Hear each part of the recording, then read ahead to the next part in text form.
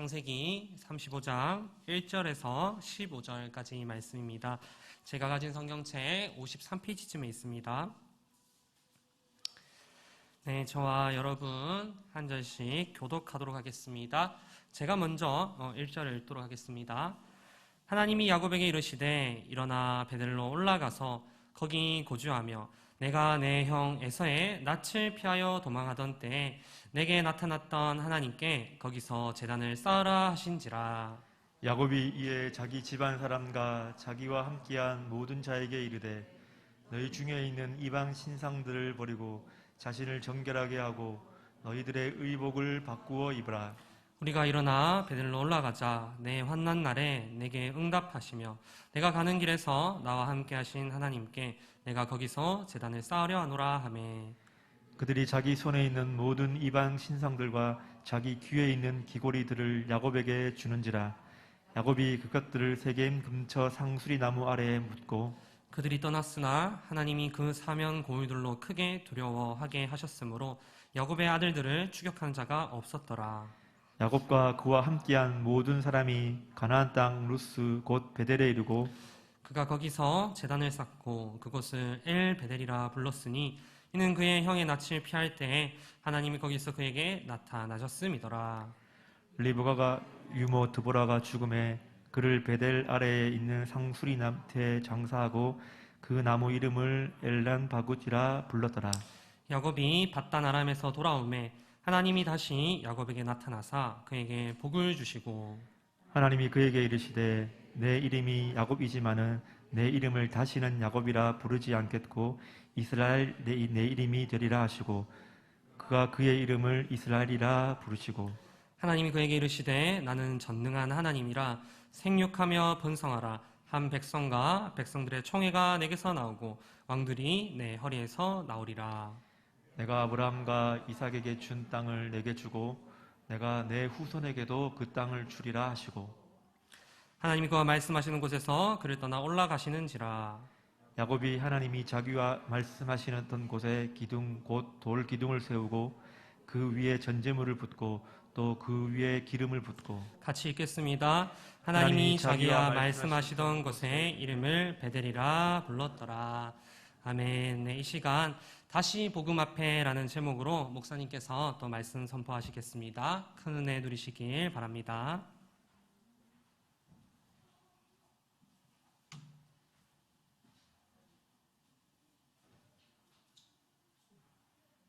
오늘 이렇게 온라인으로 설교하게 되었습니다. 세상이 참 많이 힘들어진 세상 속에 살고 있지만 동시에 참 기술력이 이렇게 많이 발달한 시대에 살고 있네요. 이런 상황 속에서도 이렇게 예배할 수 있다는 게 참 감사하고요. 특별한 좀 은혜가 있었으면 좋겠습니다. 제가 금요 성령 집회에도 이렇게 설교를 한번 해봤는데 우리 전도사님에게 물어봤어요. 좀 전달이 잘 되더냐 그랬더니 어느 때보다 뜨거웠습니다. 어느 때보다 간절했습니다. 그런 고백을 들었습니다. 정말 특별한 상황 예배지만 오늘 이 상황 속에 우리 모든 상황 속에서 우리가 하나님을 예배할 때 특별한 은혜를 체험하는 복된 시간 되기를 축복합니다. 여러분들은 이 예배에 대해서 어떻게 생각하십니까? 예배가 하나님께서 우리 인생에 여러 문제들이 있는데 그 문제들에 대해서 하나님께서 우리에게 찾아오시고 만나주시고 그 만남이 끝이 아니라 내 인생의 실제적인 문제들을 하나님께서 해결해 주시고 대안을 제시해 주시고 실제로 그런 해결과 대안을 경험하는 그런 예배가 몇 번쯤 있었던 것 같습니까? 저는 뒤돌아보니까 너무 많았던 것 같습니다. 특히 관계적인 부분에 있어서 예배를 통해서 해결, 회복되었던 경험들이 참 많은 것 같습니다. 참 용서할 수 없었던 사람을 용서할 수 있게 하셨고요. 또 관계가 틀어졌던 상황들을 화해하고 또 회복했던 경험들이 있습니다. 제가 사랑하는 아내가 있습니다. 아내와 결혼 14년 정도 됐는데 가끔 의견이 맞지 않아 다툴 때가 있더라고요. 그래서 그럴 때마다 뒤돌아보니 서로가 이렇게 화해하고 이런 과정 속에 예배가 너무 중요한 역할을 했구나라는 생각을 했습니다. 그래서 이번 주에 제가 설교를 준비하면서 아내에게 이런 질문을 했습니다. 여보, 우리가 살면서 지금까지 좀 관계가 좀 좋지 않았을 때가 있잖아요. 그때 예배로 풀어졌던 경험이 기억이 혹시 있나요? 라고 물었어요. 그랬더니 아내가 이렇게 대답합니다. 많았죠. 많았답니다. 그래서 저는 웃으면서 많았군요. 혹시 그 중에 좀 기억나는 장면이 있나요? 물었더니 정확하게 기억나는 건 없는데 하면서 추억을 더듬어 봤습니다. 아, 저도 정확하게 어떤 상황에 어떤 예배, 어떤 말씀 막 기억이 많이 나는 건 아닌데 특별히 기억나는 한 말씀이 있습니다. 잠언서 말씀을 그때 저희가 가정 예배를 드리다가 이렇게 돌아가면서 읽는 시간이 있었습니다. 유순한 대답은 분노를 쉬게 하여도 과격한 말은 너를 격동하느니라. 이런 말씀이 있더라고요. 그래서 서로 읽으면서 서로의 눈치를 보며 읽었던 기억이 있습니다. 그리고 분을 쉽게 내는 자는 다툼을 일으켜도 노하기를 더디하는 자는 시비를 그치게 하느니라. 가정 예배하다가 이런 말씀을 자녀들과 함께 읽다 보면 회개의 역사가 일어나더라고요. 내가 성질이 좀 있구나. 내가 좀 참았어야 되는데. 내가 말을 좀 부드럽게 해야 되는데. 성경이 그런 내용이죠. 성경을 읽다 보면, 예배하다가 성경을 읽다 보면 우리 자신을 비춰주고 하나님을 만나는 과정 속에서 우리가 얼마나 이런 죄 문제 때문에 많이 오염되어 있는지, 내가 얼마나 이기적인지, 내가 얼마나 하나님 중심 아닌 나 중심적인지, 이런 세상에 길들여져 있고 내가 나를 주도해서 살아가는 이런 내 모습들이 성경에 그대로 고스란히 비춰지지 않습니까? 그래서 성경의 이런 여러 인물들 중에 특히 창세기를 보면 하나님께서 하나님의 백성 아브라함, 이삭, 야곱, 요셉 이런 한 사람 한 사람들을 만나 주시는데 그 만나는 그 예배를 통해서 하나님 백성들을 통치하시고 다스리시고 회복하시는 일들을 예배를 통해서 보여주십니다. 우리가 가진 여러 인생의 문제들, 특히 회복이 필요한 문제들, 경제적인 건강에 관한, 또 대인관계, 또 어떤 분들은 외모에 대한 여러 가지 고민하고 여러 가지 힘겨워하는 문제들 속에서 무엇보다 가장 중요한 하나님과의 관계가 멀어져 있는 이 문제에 대해서도 하나님께서는 다른 방법이 아닌 하나님과의 만남이란 예배를 통해서 해결하시는데 오늘 본문 말씀도 그런 내용의 말씀입니다. 야곱이라는 한 인생 가운데 하나님께서 찾아가시고 또 만나주시고 예배가 이루어지는 하나님을 만나는 그 예배가 이루어지는 그 장면이 오늘 말씀인데 야곱은 인생의 가장 큰 문제 상황 속에서 하나님을 만나는 예배를 체험했었습니다. 이미 20년 전에 지금 만나는 이 장소와 똑같은 장소에서 창세기 28장에서 형 에서로 하여금 형 에서가 자신을 죽이려고 하고 본인은 도망치는 그 길에 하나님을 만나는 경험을 해요. 사닥다리의 그 놀라운 영광스러운 하늘과 땅을 잇는 그 층계 계단의 그 영광스러움 속에 위에는 천사가 오르락내락하고 하나님의 영광이 임하는 그 체험을 하고 그 가운데 하나님께서 야곱에게 미래에 대한 두려움 없이 걸어갈 수 있는 약속을 주시죠. 그런 복된 소식을 듣는 시간, 복음을 듣는 시간이 바로 예배였습니다. 그때 야곱은 놀라운 고백을 하게 되는데요. 이렇게 이야기합니다. 하나님이 이곳에 계시거늘 내가 몰랐도다. 하나님이 이곳에 계신데 내가 몰랐구나. 하나님은 이미 야곱과 함께 하셨는데 어떻게 해요? 태중에서부터 야곱과 함께 하셨다고 성경은 기록해요. 야곱과 에서가 어머니 태중에 있을 때 하나님은 약속을 주셨어요. 부모에게. 큰 자가 작은 자를 섬기리라. 여기서 작은 자가 야곱입니다. 다시 말해서 야곱을 통해서 하나님의 나라 언약이 계승될 것이라는 약속인데 야곱은 이 태중에서부터 하나님께서 예정하시고 계획하시고 하나님께서 사랑하시고 하나님께서 그 야곱을 통해 행하실 뜻들을 가지고 계셨습니다. 문제는 야곱이 이 함께 하시는 하나님, 그 약속을 이루어 가신 하나님을 잘 믿지 못했기 때문입니다. 그래서 자신의 방법으로 속이고 빼앗고 내 힘으로 성공해 보고자 했던 사람이 바로 야곱이었습니다. 이런 야곱이 오늘 말씀에 이르기까지 그는 또 한 번의 위기를 겪고 또 한 번의 위기를 겪으며 광야의 생활을 해왔습니다. 본인의 전문은 속이기 전문이었습니다. 야곱은 속이고 빼앗고 내 머리 굴려서 내가 주도해서 살아간 인생이었습니다. 그런데 그가 외삼촌 라반의 집에서 20년이라는 세월을 속임을 당하는 억울한 삶을 살게 되죠. 그럼에도 불구하고 하나님은 약속을 기억하시고 성실하게 그 약속을 이행하십니다. 야곱과 함께 하십니다. 야곱에게 복을 주십니다. 그래서 외삼촌 라반의 집에서 그가 목축하는 모든 양과 소가 다 이렇게 잘 자라는 거예요. 하나님께서 복 주신다는 사실을 야곱만이 알았던 것이 아니라 외삼촌 라반도 알아서 고백합니다. 하나님 이렇게 당신 야곱과 함께 하는구나. 그렇게 복을 주시고 때가 되면 20년이나 세월이 참에 하나님께서 드디어 떠나라는 명령을 하십니다. 온 가족과 재산을 이끌고 고향 땅 가나안으로 이동하는데요. 고향에 가는 것이 좋긴 좋습니다만 두려운 일이 하나 있었죠. 바로 형 에서를 만나는 거였습니다. 에서를 만나기 직전에 야곱은 약복 강가에서 가족과 가축들은 다 강 건너로 보내고 홀로 남아 하나님을 만납니다. 그곳에서 하나님과 씨름을 하며 자신의 환도뼈가 위골될 정도로까지 하나님께 매달려 내게 복을 달라고, 나를 축복하기 전에 내가 보내지 않겠더라고. 이미 하나님 복을 주셨는데 또 복을 달라고 합니다. 이 복은 무엇을 말하겠습니까? 앞에 있는 형 에서가 자신을 죽이려고 달려오는데, 군사 400명을 데리고 달려오는데 이 상황으로부터 구원해달라는 복을 말하겠죠. 그때 하나님은 야곱에게 이름을 다시 한번 바꿔주십니다. 네 이름은 야곱이라 하지 말고 이제 이스라엘이라 하라. 네 힘으로 속이고 빼앗고 사는 인생이 아니라 하나님이 주도하시고 다스리시고 싸우시는 인생, 이스라엘이 바로 너의 정체성이다. 이런 하나님을 만나는 예배 이후에 드디어 에서를 만납니다.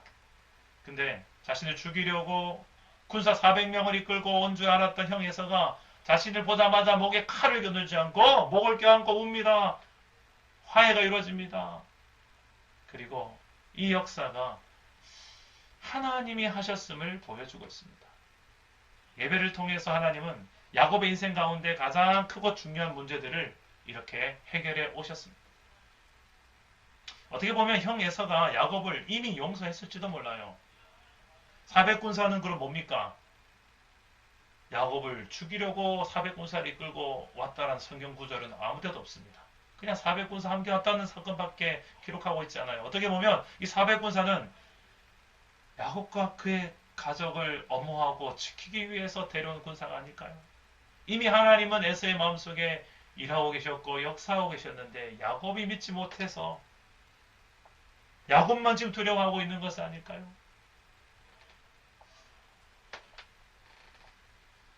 오늘 말씀에서도 야곱은 또 하나의 문제를 보여줍니다. 어떤 문제가 생겼느냐? 오늘 말씀 바로 직전에 야곱은 하나밖에 없는 딸 디나가 세겜 땅에서 족장에게, 추장에게 강간을 당합니다. 이 사건을 알게 된 오빠들이 가만히 있을 리가 없죠. 칼에 복수가 있습니다. 피해 복수가 있습니다. 그냥 복수하지 않고 속여서 복수합니다. 할례를 받으면 우리와 화친을 맺고 디나를 아내로 줄 것이다 라는 이 협상이 이루어지고요. 근데 실상은 속임수였습니다.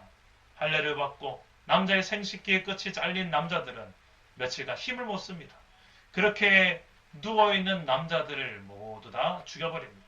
그리고 그들의 모든 재물들을 노략해버리는 게 바로 야곱의 아들들의 문제였습니다. 이 이야기를 들은 야곱은 이 세겜 땅에서 피해 보복이 두려웠습니다. 그때 하나님은 야곱에게 찾아오셔서 이렇게 말씀합니다. 하나님에 대한, 오늘 말씀이 바로 하나님의 대안입니다. 뭐라고 말씀하십니까? 예배였습니다. 우리 다 같이 1절 말씀을 다 같이 한번 읽어보겠습니다. 1절 말씀 시작. 하나님이 야곱에게 이르시되 일어나 베델로 올라가서 거기 거주하며 네가 네 형 에서의 낯을 피하여 도망하던 때에 네게 나타났던 하나님께 거기서 제단을 쌓아라 하신지라. 하나님은 두려움에 떨고 있는 이 야곱의 가정에게 베델로 올라가라. 거기서 제단 쌓고 예배해라 라고 말씀하십니다. 베델이 어떤 곳이었죠? 20년 전에 형 에서로부터 쫓겨서 두려움에 떨고 있을 때, 불확실한 미래로 인하여서 염려로 가득할 때 하나님이 베델에서 야곱을 찾아왔던 그곳이 바로 이곳이었습니다. 그곳에 다시 나아가 예배하라는 것입니다. 왜 예배가 대안일까요? 우리가 하나님을 만나는 것이 왜 우리 인생 가운데 대안이 될 수 있을까요? 오늘 말씀 속에서 야곱의 인생 가운데 이렇게 수많은 인생 그때그때마다 하나님은 예배가 대안이다. 예배를 통해서 야곱의 인생의 모든 문제에 하나님께서 간섭하시고 하나님이 주도하시고 하나님이 싸우시고 하나님이 일하심을 예배를 통해서 보여주는데, 오늘 말씀 중에 과연 그게 어떤 식으로 이루어지는지를 좀 살펴보고 우리가 은혜를 나누고자 합니다. 첫째로 따라서 해봅시다. 죄를 회개하고 예배하라. 죄를 회개하고 예배하라. 인생의 모든 문제들의 근원에 뭐가 있냐면 이 죄가 있는데, 이 죄 문제를 회개하고 하나님 앞에 나아가 다시 하나님을 만나는 예배가 가능하게 되는 것. 이게 바로 우리가 하나님 앞에, 하나님께서 우리에게 예배를 요구하는 예배가 대안인 이유입니다. 이 죄 문제를 해결해야 되기 때문에 그렇습니다. 우리 2절 말씀을 다 같이 한번 읽어보겠습니다. 2절 말씀입니다. 시작. 야곱이 이에 자기 집안 사람과 자기와 함께한 한 모든 자들에게 이르되 너희 중에 있는 이방 신상들을 버리고 자신을 정결하게 하고 너희들의 의복을 바꾸어 입으라. 아멘. 야곱은 하나님 앞에 나아가기 전에 죄 문제를 지금 다루고 있습니다. 하나님 앞에 나아갈 때 이 죄를 해결하지 않으면 나아갈 수 없다는 것을 야곱은 알고 있었어요.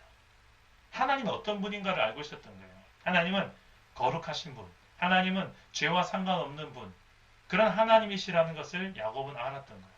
그래서 하나님 앞에 예배하러 가기 전에 죄를 해결해야 되겠구나. 이 죄 문제를 어떻게 해결합니까? 회개죠. 회개는 죄와 단절하는 것입니다. 야곱은 가족들과 모든 종들에게 이방 신상들 그리고 우상들을 버려야 할 것을 요구합니다. 그러고 나서 자신의 옷과 몸을 깨끗하게 갈아입고 그리고 하나님 앞에 나아가자고 이야기합니다. 그래야 될 이유를 3절 말씀에 이렇게 설명하는데, 3절 말씀 보시면 우리가 일어나 베델로 올라가자 내 환난 날에 내게 응답하시며 내가 가는 길에서 나와 함께 하신 하나님께 내가 거기서 제단을 쌓으려 하노라 하매. 야곱은 지금 자신의 환난 날에 도우셨던 그 하나님이 어떻게 응답하셨는지를 생각하며, 지금도 환난 날이죠. 이 환난 날에 내가 베델로 올라가는 이유는 하나님이 여전히 또 올라가면 내게 응답하실 것을 믿기 때문이에요. 근데 여기서 중요한 표현을 하나 합니다. 하나님을 향하여 이렇게 표현합니다. 나와 함께 하신 하나님, 나와 함께 하신 하나님께 내가 제단을 쌓으려 가노라. 야곱은 이미 알고 있었어요. 하나님이 내 인생 가운데 함께 하셨다는 것을. 근데 왜 두려워할까요? 저도 이번 주 중에, 지난 주 중에 드디어 올 것이 왔습니다. 제 아들이 코로나 확진이 되었다는 이제 검사 결과가 나왔어요. 저희 가족 모두가 다 또 PCR 검사를 받아왔는데 다행히 아직은 저희는 확진은 아닙니다. 아들이 확진이 되고 나니까 걱정이 되더라고요. 딸도 걱정되고 아내도 걱정되고 그리고 사랑담은 교회가 걱정이 되더라고요. 참 많은 코로나에 대한 여러 이야기를 들었지만 막상 이제 우리 가족의 한 명이 또 확진이 되고 나니까 저는 걱정과 염려가 되지 않을 줄 알았는데 아니요. 걱정과 염려가 되더라고요. 그러면서 제 아들이 병원으로 가는 길에 저에게 아들이 많이 아프다고 이야기를 해요. 머리도 아프고 목도 아프고. 그때 아들에게 이렇게 이야기해 줬습니다. 은사가 두려워하지 마라. 하나님이 함께 하신다. 이게 제 믿음의 고백이었어요. 상황과 환경은 걱정과 염려거리들로 제게 계속 찾아왔지만 믿음으로 아들아 두려워하지 말자. 이 상황에도 하나님은 함께 하신다. 할렐루야. 막상 그런 현실이 되니까 끊임없이 두려움거리, 염려거리들이 우리에게 찾아옵니다. 이게 솔직한 우리의 현실이죠. 자, 이렇게 하나님께로 나아가자. 나와 함께 하셨던 그 하나님, 내가 환난의 날에 내게 응답하셨던 그 하나님, 그 하나님을 선언하며 하나님께로 나아가자고 아버지 야곱이 자식들에게 제안하니까 그런데 그냥 나가는 게 아니라 우상들을 제거하고 우리의 죄 문제를 다 해결하고 나아가자고 제안하니 자식들이 우상들을 꺼내놓기 시작합니다. 숨겨놨던 우상들을 꺼내놓습니다. 귀걸이를 또 풀어놓습니다. 이 귀걸이는 단순한 액세서리가 아니에요. 이것은 간이식 우상입니다. 들고 다니기 쉬운 우상들이에요. 이 야곱은 그 우상들을 받아서 처리하는데 상수리 나무 아래다가 파묻어 버립니다. 매장합니다. 이 우상들의 장례식을 치르는 거예요. 죄는 이렇게 장례식을 치러야 됩니다. 죄는 파묻어 버려야 됩니다. 죄는 단호해져야 됩니다. 죄를 향하여서 인격적으로 잘해줄 필요가 없어요. 죄는 단호하게 내 안에 죄가 드러나면 파묻어 버려야 돼요. 자, 그랬더니 어떤 일이 일어날까요? 5절 말씀입니다. 우리 5절 말씀 다 같이 한번 읽어보겠습니다. 시작. 그들이 떠났으나 하나님이 그 사면 고울들도 크게 두려워하게 하셨으므로 야곱의 아들들을 추격하는 자가 없었더라. 아멘. 자, 야곱은 두려웠었는데 피해 보복이 두려웠죠. 그런데 하나님께 회개하고 또 베델로 다시 올라가려고 예배하려 나아갔더니 그 두려움의 근원이 되는 자신을 피해 보복을 할 것 같았던 그 많은 사면의 고울들 사람들이 오히려 야곱을 두려워하였더라라는 이야기를 하고 있습니다. 어느 누구도 야곱의 아들들을 추격하는 자, 피해 보복을 하려고 한 자가 없었더라는 거예요. 이것 또한 누가 일하신 것입니까? 5절 말씀 보십시오. 5절 말씀 보면 하나님이 그 사면 고울들로 크게 두려워하게 하셨으며 하나님이 하신 거예요. 죄는 우리를 하여금 두렵게 만듭니다. 보복이 두렵고 하나님의 심판이 두렵습니다. 사람은 그런 존재예요. 하나님 닮은 선한 양심이 있는 존재예요. 비록 타락했으나 우리 안에는 그런 하나님 닮은 형상들이 있어요. 그래서 회개하지 않고 죄 가운데 살아가면 인생은 두렵게 되어 있습니다. 평강을 누리지 못합니다. 아무리 많은 재산, 아무리 건강이 있어도 온전한 평강을 누리지 못하는 게 죄를 소유한 인생으로서는 당연한 것입니다. 그러나 회개하여 죄와의 단절을 선언하고 죄를 파묻고 죄를 예수 그리스도의 십자가에 못 박고 하나님께로 나아가면 더 이상 내 안에 그 죄로 인하여 생기는 두려움과 염려, 모든 고통의 문제들 때문에 사로잡히지 않고 참된 평강의 삶을 누리게 될 줄 믿습니다. 이게 복음이죠. 예수님께서 십자가에 달려 죽으신 이유입니다. 우리를 하여금 죽고 나서 천국 가게 되는 것만이 아니라 죄 때문에 이 땅에 살아가는 나날 속에 늘 죄 때문에 당하는 고통과 죄 때문에 당하는 모든 염려와 고통, 고민들, 두려움들 여기에 사로잡히지 않고 진정한 하나님 나라를 의와 평강과 희락을 누리는 삶을 우리가 살기를 원하시는 거예요. 복음은 이런 게 복음입니다. 우리들의 현재의 삶 속에도 영향을 미치는 게 복음이에요. 여러분 정말 파묻어야 될 죄가 무엇인 것 같습니까? 저는 나 자신이라고 생각해요. 내가 죽어야 돼요.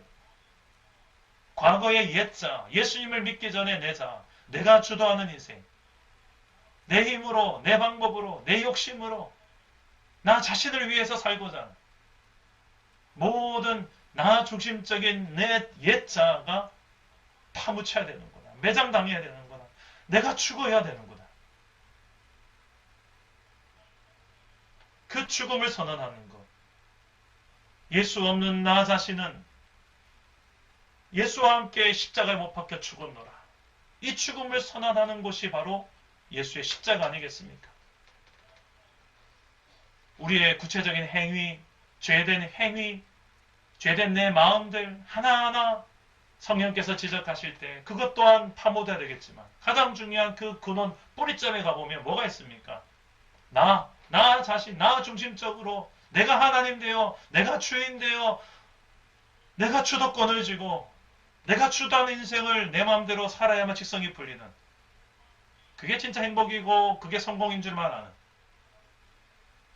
그런 내가 죽는 거예요.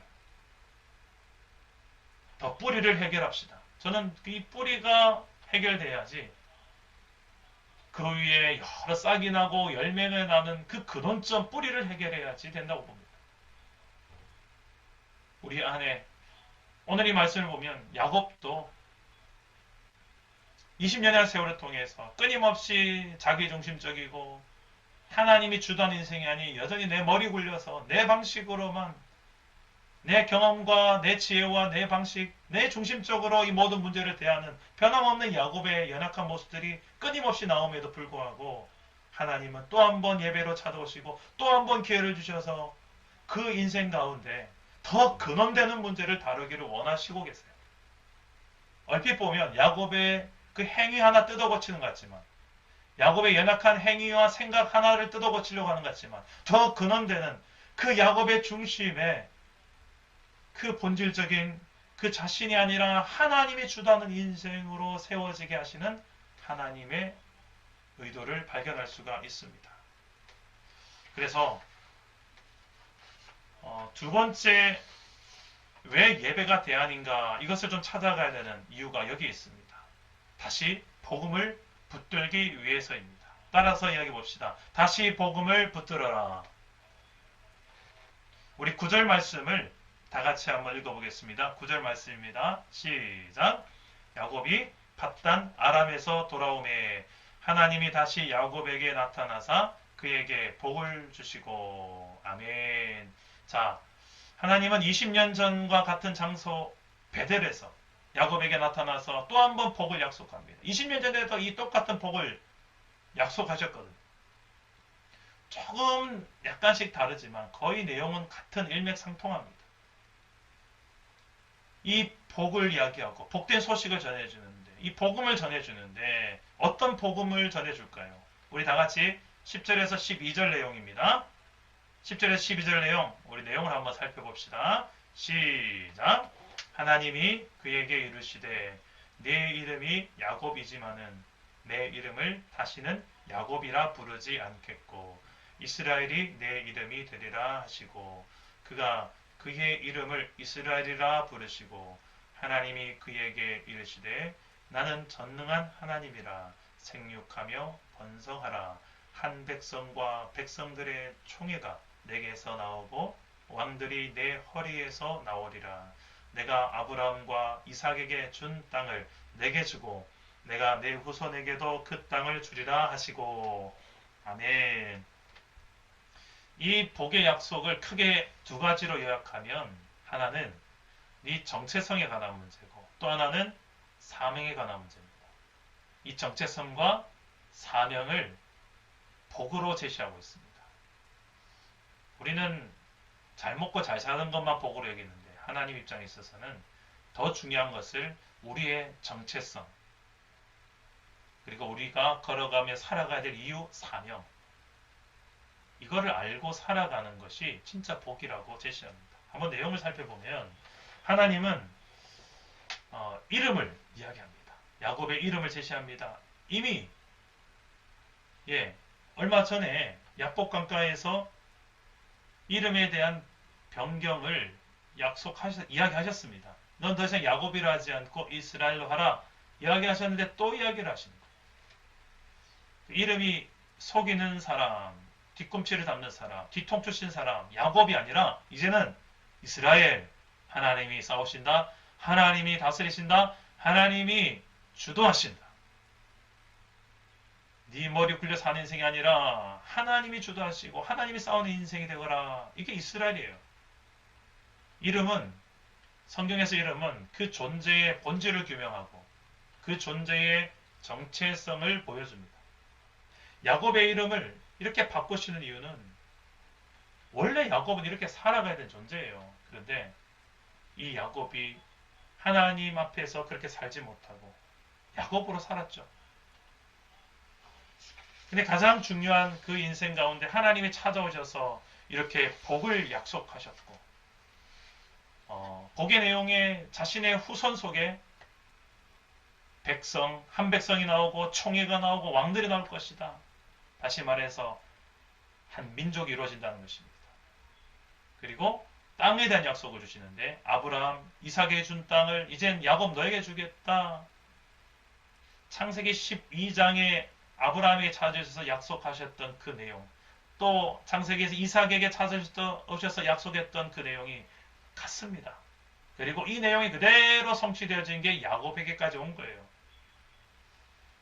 요약하면 땅과 백성과 주권에 대한 약속입니다. 주권은 하나님이 왕이시고 주인이라는 거예요. 하나님이 왕이시고 주인 되어서 그 왕의 통치와 주권, 통치를 인정하는 그의 백성들이 세워질 것이다. 아브라함을 통해서, 이삭을 통해서, 야곱을 통해서. 그리고 그 숫자가 엄청날 거예요. 바다에 모래알같이 많을 것이다. 약속까지 주셨어요.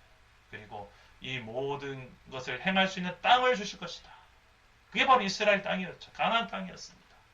실제로 야곱의 후손들은 이런 복의 성취를 경험합니다. 이집트 땅에서 약 200만 명이나 되는 큰 민족, 대군대를 이루는 게, 그리고 그 안에서 수많은 왕들이 태어나는 게, 나중에 열왕기서에서 나오죠. 수많은 왕들이 또 태어나지 않습니까?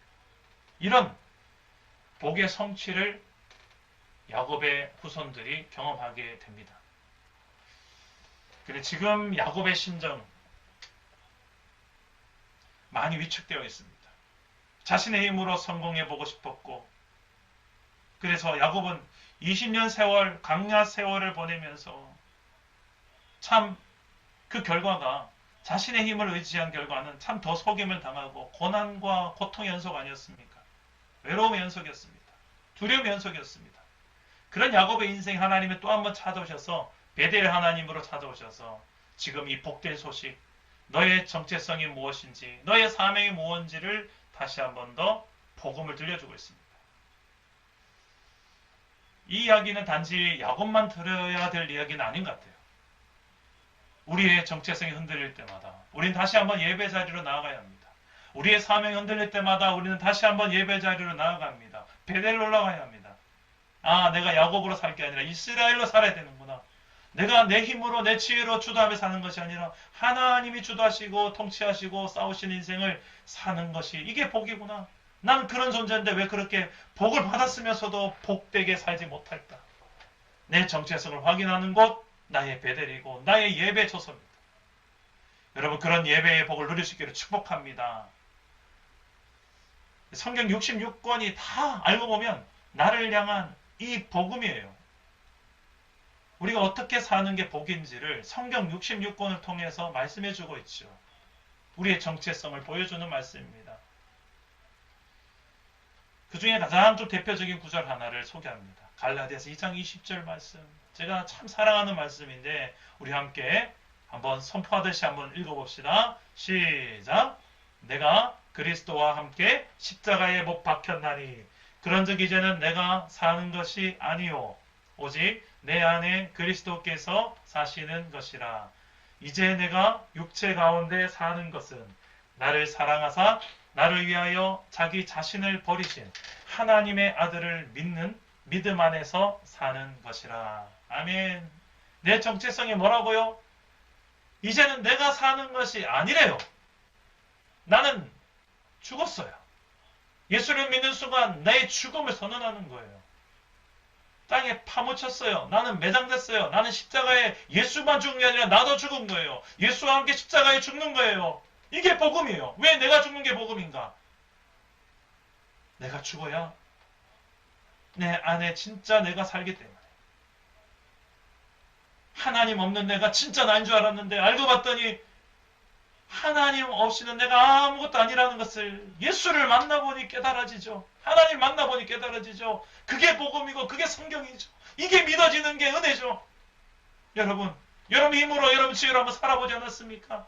그 결과가 어떻습니까? 만족입니까? 행복입니까? 아니잖아요.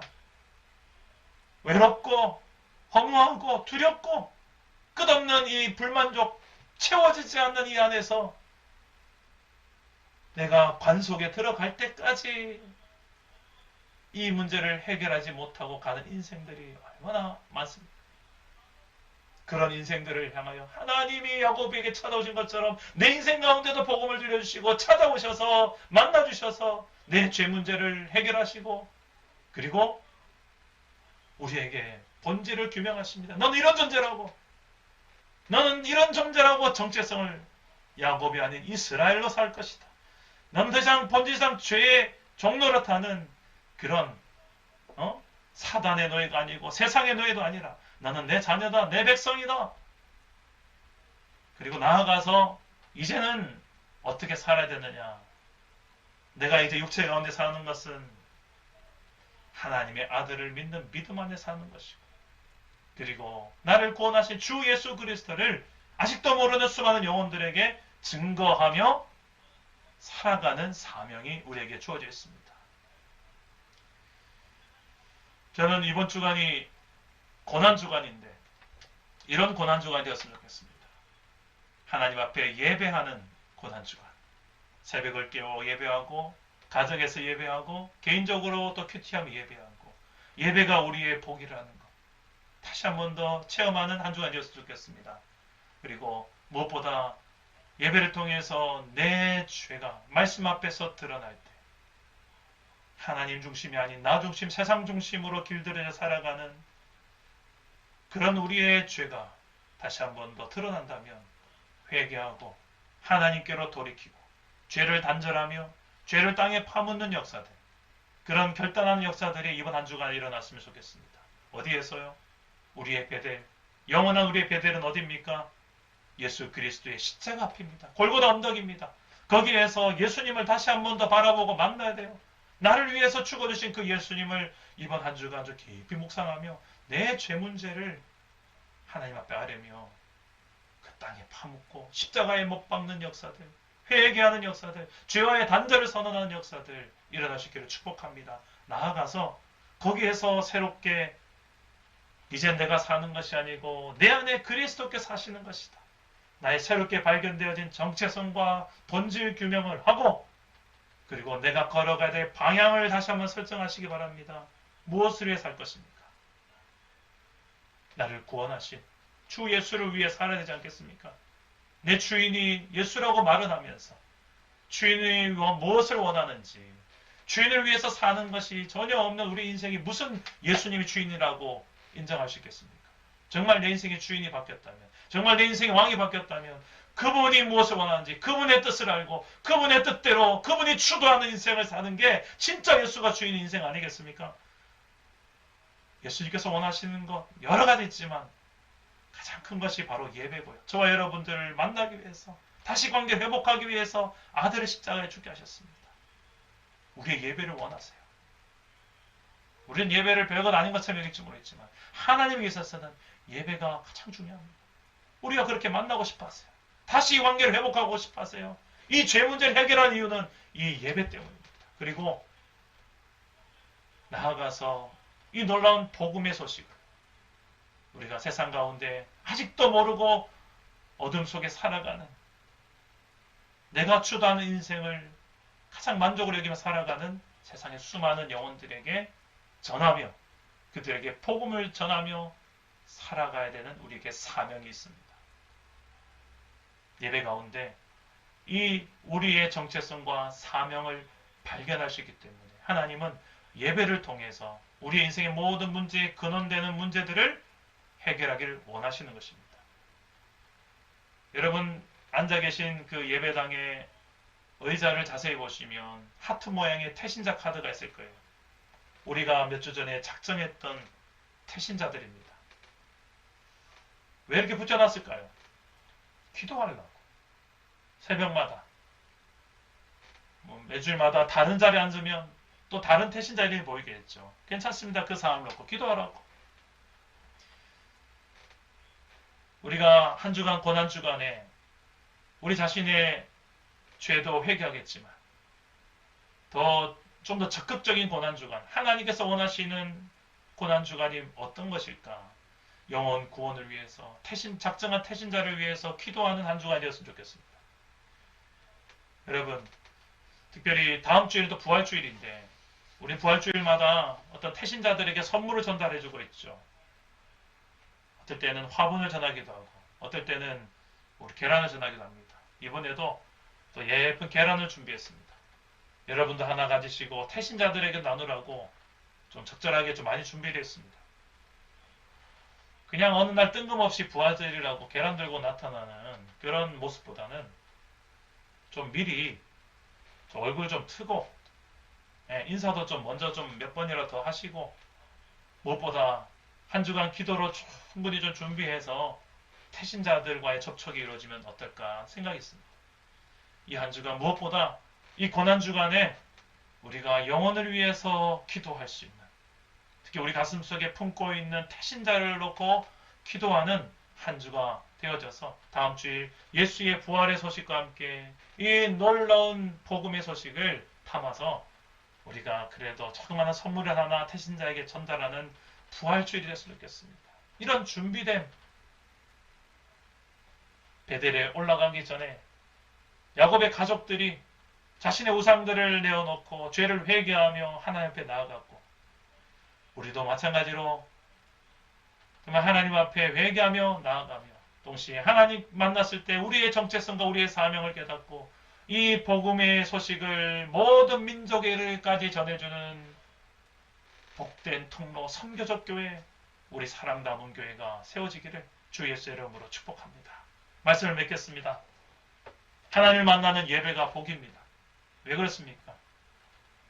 우리의 죄 용서를 경험하는 그곳이 바로 예배 현장이기 때문에 그렇습니다. 예수 그리스도의 십자가 앞에서 그분의 은혜로 말미암아 우리가 회개하는 가운데 언제나 하나님은 용서를 준비하고 계십니다.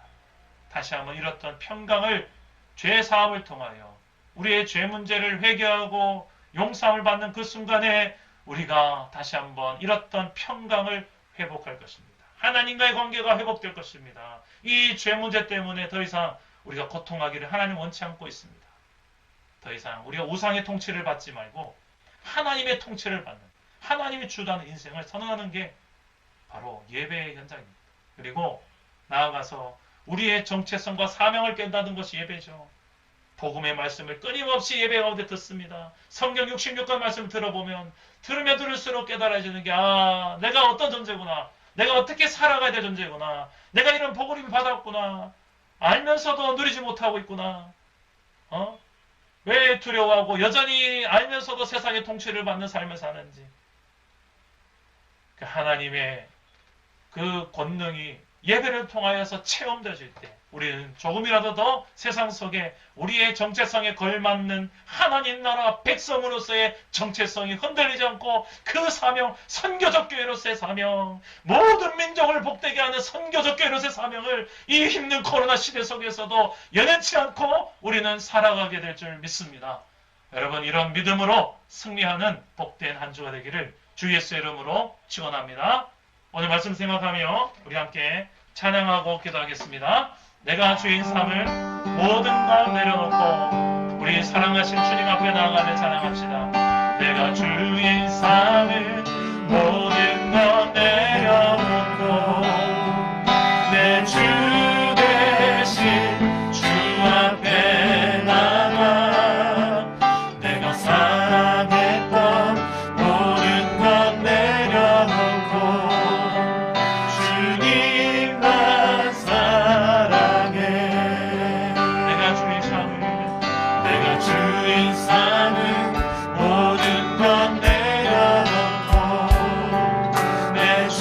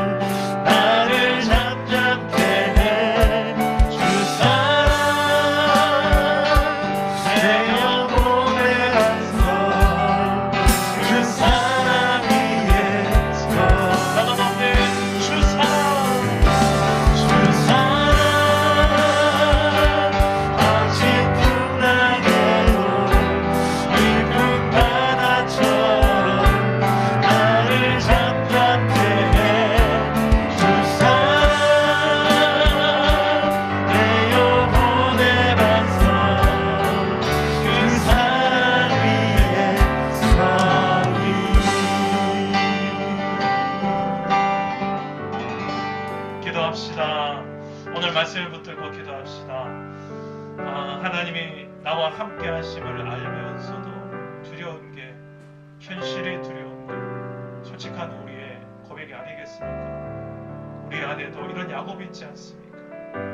언제나 하나의 문제가 끝나면 또 하나의 문제가 생기고 또 하나의 문제가 생겨서 그때마다 두려운 게 우리의 현실 아닙니까? 그런 우리의 현실을 향하여 하나님은 또 한 번 우리에게 찾아오시고 또 한 번 찾아오셔서 우리의 정체성과 사명을 확인시켜 주십니다. 그런 예배가 복입니다. 우리 이 땅에 살아간 나날 동안에 가장 이 예배하는 특권과 복을 누리는 존재들입니다. 아무리 우리에게 연약함이 있고 우리가 야곱처럼 흔들리고 또 내 방법으로 해결해 보려 하는 이런 연약함이 있다 할지라도, 여전히 내가 주도한 인생을 살려는 이런 연약한 야곱이 있다 할지라도 하나님은 또 한 번 우리를 찾아오시는, 변함없이 우리를 사랑하시는 하나님이십니다. 오늘 그 하나님을 찾읍시다. 그 하나님 앞에 우리의 죄를 고백하며 하나님이 주도하신 인생이 아닌 내가 주도한 인생을 살려는 나 중심적인 삶을 내려놓고 우상과 세상의 모든 것들을 내려놓고 돈이 아니라 세상 명예 권력이 아니라 쾌락이 아니라 하나님을 주인 삼고 하나님을 통치하신, 하나님 통치하신 인생, 하나님이 다스리시고 하나님이 주도한 인생을 나도 살게 달라고 나아가서 모든 민족을 복되게 하는 선교적 교회로서 복음 전하는 인생으로 우리 가슴속에 있는 태신자들이 하나님과 나를 통하여 예수 믿게 되어지고 하나님 백성 되어진 역사들, 그 복을 누리게 해달라고 우리의 오늘 말씀을 붙들고 합심하여 기도하실 때에 저를 따라오 기도하겠습니다. 주여 은혜를 주옵소서. 주여 믿음을 주옵소서. 주여 승리케 하옵소서. 기도합니다. 아버지 하나님, 우리를 사랑하시는 주, 오늘도 하나님 제물에 기도하시고 하나님 제물을 하나님께서 주시고 하나님께서 주시고 하나님이 주도하시는 인생으로 우리가 살게 하옵소서. 내 안에 있는 것들을 하나님 주시고 우리 안에 있는 것들을 하나님 주시고 여전히 두렵고 여전히 내 방법으로 살고 중심적인 생활들을 하지 못하고 우리 안에 있는 가운데서 하나님 또 한 번 예배를 하고 또 한 번 예배자를 주셔서 하나님의 백성을 다시 정체성을 하시고 우리의 돌아가야 될 사명과 성질을 주장하시고 하나님, 우리가 이 시간으로 살고 원합니다. 하나님이 주도하시며 싸우시고 그게 아니었어. 우리가 하나님 나라의 하나님 나라의 백성으로 우리가 아버지 영원히 사랑하시고 날마다 우리 삶을 예배하게 하시고 하나님 때마다 또 예배하게 하시고 하나님 말씀을 듣고 성경을 붙들고 의지하며 수면 주의 백성들 이 모든 것에게 하여 주시옵소서. 오늘 하나님 우리에게 찾아오셔서 말씀하시고 우리 모든 고통 가운데 있는 우리 주의 백성들 한심히 하시고 한 가지 한 가지마다 하시기에 모든 것들을 정확하게 말씀하시고 우리를 믿음하시며 세우신 하나님 앞에 순종함으로 믿음으로 반응하는 자들이 되게 하옵소서. 하나님, 그리고 그들의 심령 가운데 찾아오셔서 우리의 모든 두려움을 평강으로 바꿔주시고 치료와 회복에 함께 하여 주옵소서. 하나님 사랑하는 교회가 이념체로 통하는 교회의 삶으로 도와주시옵소서. 우리 아버지를 주의 믿음으로 함께 하여 주시옵소서.